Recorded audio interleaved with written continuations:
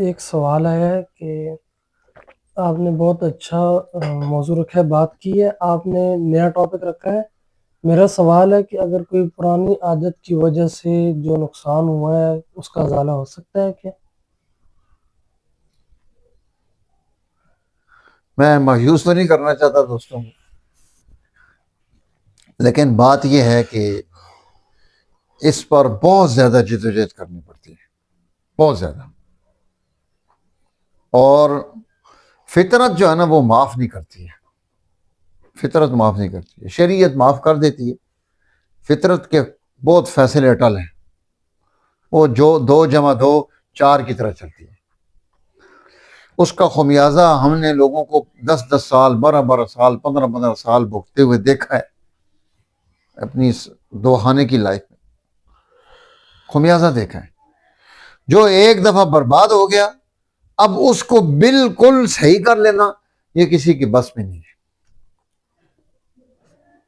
और उसको ये जो बाजार से मिलने वाली वैगरा टाइप गोलियां और चीजें हैं या इंजेक्शन हैं या वो स्प्रे मारते हैं, कोई भी चीज काम नहीं आती। कोई भी चीज काम नहीं आती। यानी कि मरीज एक मेरे पास आया, वो एक दिन में एक वक्त के लिए, एक मिलाप के लिए 3 से 4 गोलियां वैगरा की इकट्ठी खाता है। कहता है जी रिजल्ट 0। पहले रिजल्ट आता था, नहीं आता, 1 से शुरू की थी, अब 4 पर पहुंचा, नहीं आता। मैंने कहा कहां आए, जिस्म में तवानाई नहीं है, तो इलाज तो तवानाई का करना चाहिए। इसलिए इसको हमें इंतहाई इब्तदा से इस काम को शुरू करना पड़ता है, क्योंकि जिन लोगों ने अपने नफ्स को बर्बाद कर लिया होता है वहां फालिज हो चुका होता है, वहां दौरान खून पहुंचता ही नहीं है।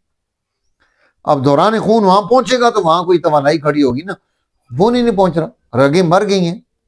और वो जिस तरह फालिज हो जाए जिसम जो है ना, वो हिलता ही नहीं, उठा के ऐसे रखते हैं, फेंकते हैं, ऐसे किया नीचे गिर गया, ऐसे किया नीचे गिर गया, जैसे बाजू को फालिज हुआ, टांग को उठ ही नहीं सकती।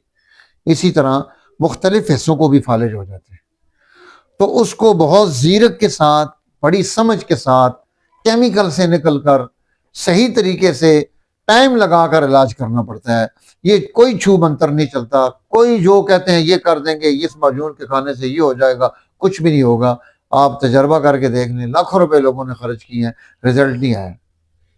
अब रिजल्ट के लिए सारी चीजें आपको स्टेप से ठीक करनी पड़ेगी। मैदा ठीक करना पड़ेगा, भूख को खोलना पड़ेगा और भूखा रहना पड़ेगा ताकि भूख लगनी शुरू हो जाए।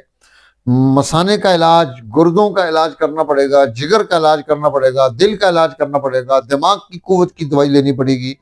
स्टेप्स में सारी चीजें लेकर आएंगे। 3 कुव्वतें मिलती हैं। 3 कुव्वतें, कुव्वत हैवानी, कुव्वत नफसानी, कुव्वत तबी। ये 3 कुव्वतें मिलती हैं तो फिर एक कुव्वत जिनसी पैदा होती है। कुव्वत हैवानी को दिल पैदा करता है, कुव्वत नफसानी को दिमाग पैदा करता है, कुव्वत तबी को जिगर पैदा करता है।